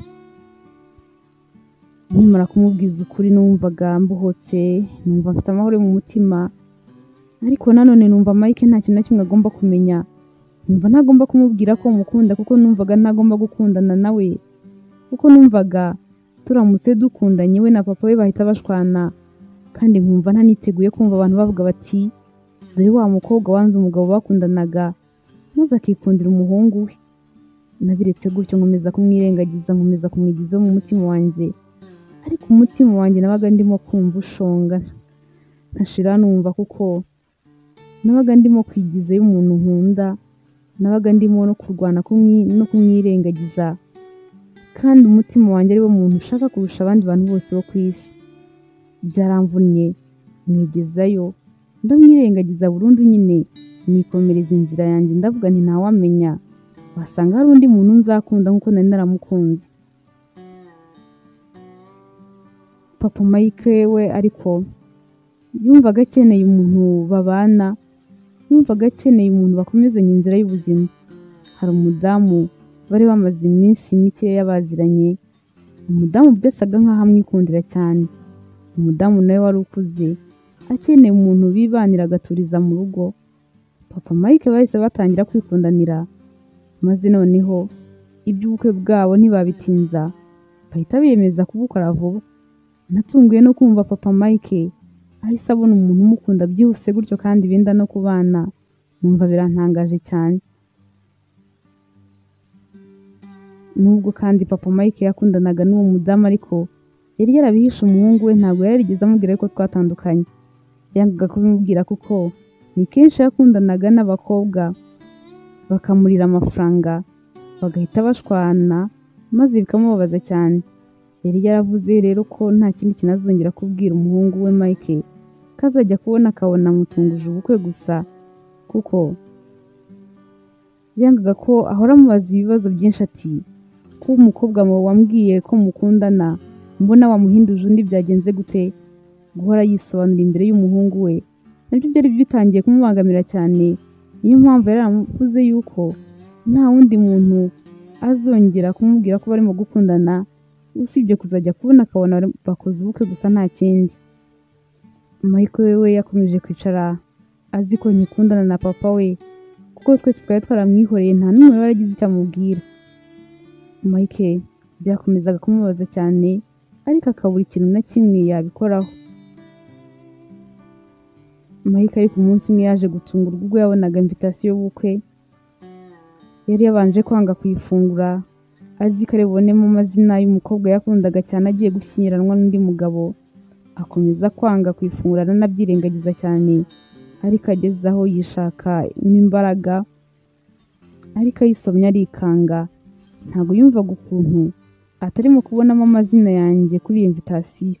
Yahise ahamagara papa we ati papa, none se bimeze bite, Fiona mwarashwanye? Papa we ati kera cyagiye ukimara kuva inaha twahise dushwana, nuko nanze kubikubwira kuko ibyo bakobwa b'iki gihe ntiwabivamo. Nangaga kumbaza ibibazo byinshi, umbaza uti ko mwashwanye byagenze bite n'ibindi bintu byinshi cyane nyine, ariko nuko byagenze, ntabwo tukiri kumwe, nta nubwo ari we nyine tugiye kubana. Mike yarishimye cyane, nubwo yari amaze iminsi mike ahavuye, ariko yiyemeje guhita agaruka akaza mu bukwe. Habura iminsi mike ngo ubukwe bube, Mike yaraje. Njyewe nari nkiri aho ngaho, nta n'undi muntu nari mfite dukundana, nari ndindiriye ko nazabona undi muntu nakunda nk'uko nakunze Mike, ariko byari byaranze. Gusa nari naravuze ko uwazongera kumpa amahirwe yo kumubona nazamubwira ko mukunda cyane, naho bitakunda ko dukundana, ariko byibuze nawe akamenya ko mukunda. Igitondo kimwe ndi mu rugo, nari nabyutse ntekereza kuri Mike cyane, nakomezaga kumutekerezaho nkumva nabuze amahoro. Nakomeje kumutekerezaho bikomeza kunsaza, nkumva ndamukumbuye byo gupfa. Natangiye kwibaza nti ariko se ubu si ubugoryi nakoze? Ese niba Mike yarankundaga akumva ko twakundana kandi nari ndi fiancé wa papa we ntibigire icyo bimutwara, njyewe ni ukubera iki numvaga bifite icyo byantwara mu gihe Mike ubwe numvaga nta kintu bitwaye. Nakomeje kubitekerezaho, ngiye kumva numva barambwiye ngo hari umuntu ushaka, maze mpita ngenda kugira ngo ndebe uwo ari we. Naragiye ariko nkifungura umuryango ndikanga, nuko mvuza induru ndarira kwihishira. Noneho ntabwo nari nkibibashije muri ako kanya. Mike naramuhobeye cyane, noneho nawe ubwoba buramwica kubera urukumbuzi yabonaga mufitiye. Ndamubwira nti nari ndimo kugutekereza cyane Mike, nari ngiye no gutangira kureba ukuntu nabona nimero yawe ya telefone byibuze ngo nkuvugishe. Mu by'ukuri nari ngukumbuye cyane, nta nubwo nzi n'ukuntu nabigusobanurira.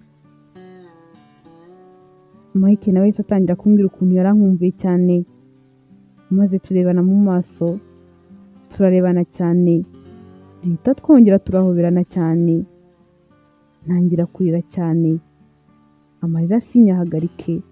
Nari mfite amarira y'ibyishimo menshi cyane atarimo kubasha gushira. Byageze aho ngaho ndatuza, maze muha karibu arinjira, maze turicara.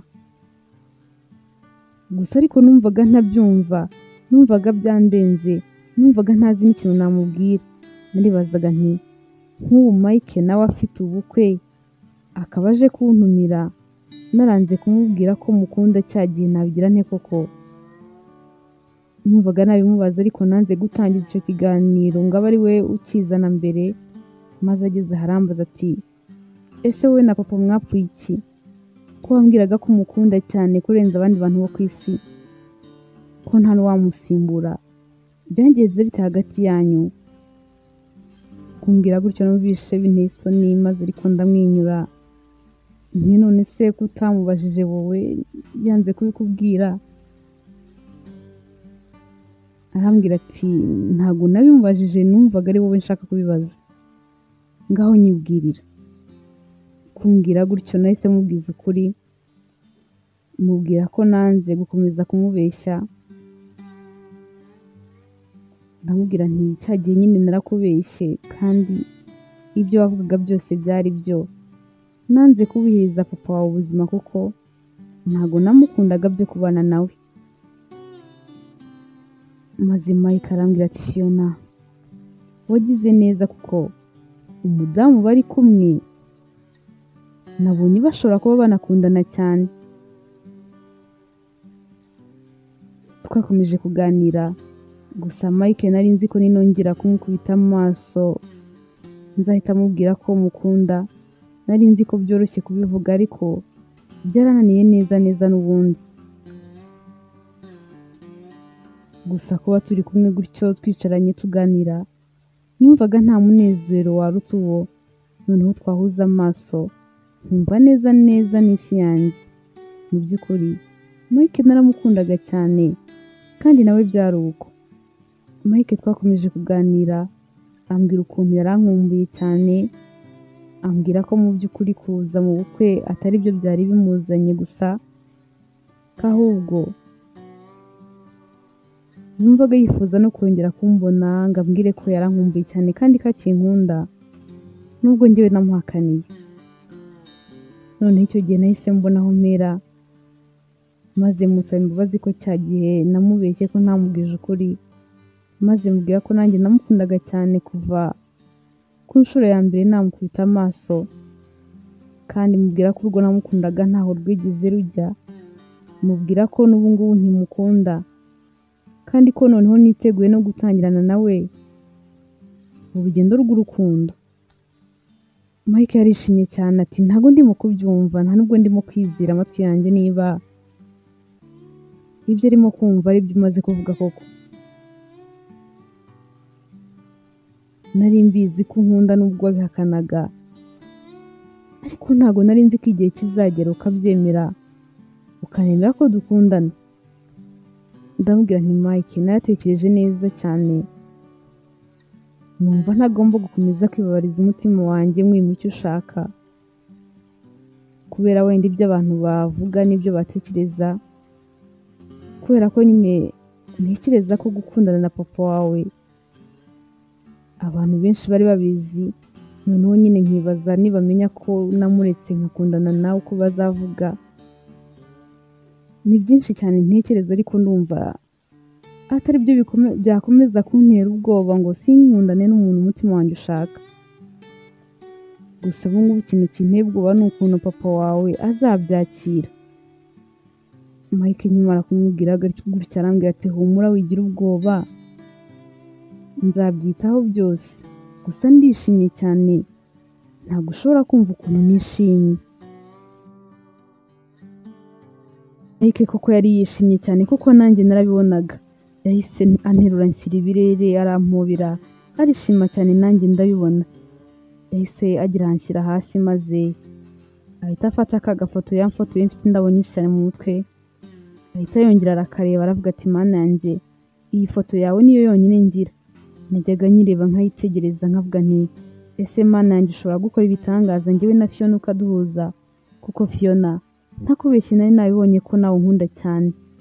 Nubwo wageragezaga kubimpisha ukabyirengagiza ariko narabibonaga ko nawe unkunda. Yahise yongera arakanyereka nanjye nongera kukibuka icyo gihe akamfotora ukuntu twari tumeze. Ndamubwira nti kuri uriya munsi gukomeza kuguhisha ko nkukunda byari byananiye neza, gusa uriya munsi waranshimishije cyane kuko urukundo rwari rwandyoheye cyane. Mike ati ntabwo urukundo rwawe rwakuryohera Fiona, wimbeshya rwose kuko nta kintu na kimwe urabona, nta na gatonyanga rwose wari wibonera. Ntabwo rurakuryohera, ntabwo uranezezwa no kuba uri kumwe nanjye mu buzima bwawe. Narishimye cyane, twembi turi kumwe twari twishimiye ku rwego rwo hejuru. Njye nawe twatangiye gukundana gutyo, maze nyuma y'ubukwe ahita abwira papa we iby'ukuntu dukundana. Papa we yabanje kumutuka ati uriya mukobwa wankinishije akantera igihe niba ushaka kuzana. Mike ati ariko papa, wanakishimira ko yabivuyemo hakiri kare, none si yo mubana akajya guca inyuma nibyo byari kuba ari byiza. Papa we ati kare kose yemereraga iki ko dukundana niba atarankundaga kubera iki yambeshye. Mike ati aho ngaho yakoze ikosa yarakoresheje nanjye ndabyemera, ariko yigaruye hakiri kare. Papa we ati sha cyangwa wa muhungu we niwe washutse uriya mukobwa, mwumvisha ko mugomba gukundana akandika. Mike ati papa ni ukuri ntabwo ari njyewe rwose wamushutse, icyakubwira ko nanamwinginze ngo dukundane kubera ukuntu nanjye nakekaga ko atagukunda ariko akabyanga. Ni ibintu nabonaga ariko ntabwo yigeze abyemera. Ntabwo ari njyewe wabigizemo uruhare, ahubwo we nuko yicaye akiganiriza akaganiriza umutimanama we, akumva atagomba kubikora, akumva atagomba kubana nyine n'umuntu adakunda. Ntabwo ari njyewe wabiteye papa. Nuko papa aramubwira ati abakobwa b'iki gihe wowe ntubazi Mike. Buriya yararebye abona njyewe ndi umusaza, abona mfite umuhungu ukiri mutoya ukibyiruka nyine w'umusore. Aravuga ati ubundi uriya musaza turabanira iki k'imitungo azayisigira uriya muhungu. Buriya nuko yabitekereje ahita avuga ati wakwifatira uriya muhungu akaba ariwe twikundanira. Rero uriya mukobwa mureke, nawe ntagukunda, ahubwo nuko azi ko imitungo yanjye yose imyinshi iri ku mazina yawe ari wowe uzayisigarana. Maze Mike akomeza kumwumvisha ko urukundo rwacu rudashingiye ku butunzi cyangwa se amafaranga, ko mukunda bya nyabyo nta kindi ngendeyeho. Papa yageze aha aramwumva aramubwira ati niba ari uko bimeze ntabwo nakwangira ko mukundana, nabyangira iki se n'ubundi nyine ko njyewe nifitiye umudamu nkunda cyane. Ngaho genda mukundane n'akazi kawe niba ubizi neza ko agukunda, ariko niba ukeka ko ari ubutunzi cyangwa se amafaranga agukurikiyeho, ndakwinginze mwana wanjye bivemo hakiri kare. Mike yamukomeje kumusobanurira amubwira ko atari amafaranga cyangwa se ikindi kintu, ko dukundana urukundo ruzima ruzira uburyarya, nta n'ikindi kintu rushingiyeho usibye nyine urukundo gusa. Papa we yarabyemeye, noneho njyewe na Mike dutangira gukundana ku mugaragaro twisanzuye tunishimye cyane. Njyewe hamwe na Mike twari twararyohewe n'urukundo cyane, twumvaga tutabyumva. Mike yahise ambwira ko tugomba kuzakora ubukwe vuba, akazasubira hanze aho yabaga atujyanye. Ntabwo nari kubyanga, nabyishimiye cyane ndabyemera kuko turi hamwe na Mike nari nishimye, nari mfite ibyishimo nanjye ubwanjye ntari nzi ko nshobora kugira mu buzima bwanjye. Buri gakorwa gato kose Mike yankoreraga karanshimishaga cyane bikandenga.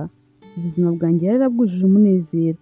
No kuri Mike kandi niko byari bimeze, kubera ko nanjye ntabwo aribyo nabaga ndimo kwihingamo, urukundo noneho rwari rundimo rwa nyarwo.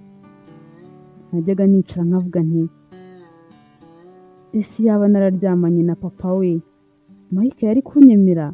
Ese ubundi ni ngombwa ngo umukobwa wese aryamane n'umuntu bakundana? Kuba ibyo bihe bitarigeze biba hagati yanjye na papa Mike numvaga binshimishije cyane, nkumva mbishimiye n'Imana kuko naravugaga nti iyo biza kuba byarabayeho Mike akemera ko tubana, nari kuzajya mpurana ikimwaro igihe cyose mbonye papa we, cyangwa se nkanavuga nti Mike azajya ntekereza ukundi kuntu. Nabishimiraga Imana yuko nyine ibyo bihe bitigeze bibaho, kuko naranatekerezaga cyane nkasanga bizatari na ngombwa cyane. Muri iyo minsi natwe tumaze gukora ubukwe, twese twari dufite ingo nziza cyane zishima Imana, kuko ari papa Mike yari yarabonye umudamu bikundanira cyane, bari bamiranye neza, bari bafite ibyishimo n'urukundo, nanjye kuko nkabibona. Icyo gihe nabonaga neza ko ibyo Mike yavuze byari ukuri, nubwo papa Mike yari akuze ariko yari yarabonye umuntu umukunda bya nyabyo. Nanjye Mike kandi mu rugo rwacu byari uko, twarakundanaga cyane. Abari baratuvuze bavuga ko Mike yateye gapapu papa we, maze ngo nanjye nkamwemera kubera ko aba hanze kandi ko nari maze kubona ko afite imitungo myinshi cyane. Bakavuga ngo nitugerayo nkibonera undi w'umukire cyane Mike nzahita muta. Bose baramwaye kuko ibyo bintu ntabwo byigeze biba. Mike twakomeje kwikundanira cyane, ibyo byose twarabirenze. Abavuga baravuga, bageze aho baraceceka kuko babonaga ibyo bavuga nta shingiro bifite. Amagambo yabo ntabwo yigeze aduca intege, twakomeje kwikundanira cyane kandi turakundana ku buryo bugaragarira buri wese, kuko inkuru yacu y'urukundo nitwe twenyine twari tuyizi neza. Ni nayo mpamvu usibye urukundo gusa twari dufitanye, nta kindi kintu twahaga agaciro. Mwakoze cyane kubana natwe, aho niyo inkuru yacu y'urukundo rw'uyu munsi, urukundo rwa Mike na Fiona irangiriye. Ese nawe waba warigeze unyura mu bihe nk'ibi ngibi byo gukunda umuntu mufitanye isano, cyangwa se hari ikindi kintu kibabuza kuba mwakomeza gukundana ariko wowe ukumva uracyamukunda cyane no kumureka ntiwabibasha, ukumva umutima wawe urimo gukomeza kumukwishyuza mutari kumwe nta mahoro ufite? Ese wabyitwaye mute? Ese wabigenje ute icyo gihe? Ese Mike koko na Fiona bagombaga gukundana bakanabana, cyangwa ibyo bakoze si byo? Ese papa Mike we yagombaga kubareka bagakundana cyangwa yagombaga kubirwanya? Nizere ko mugiye kudusangiza uko mubyumva mu bitekerezo. Imana ikomeze ibarinde, ndabakunda cyane naho utaha.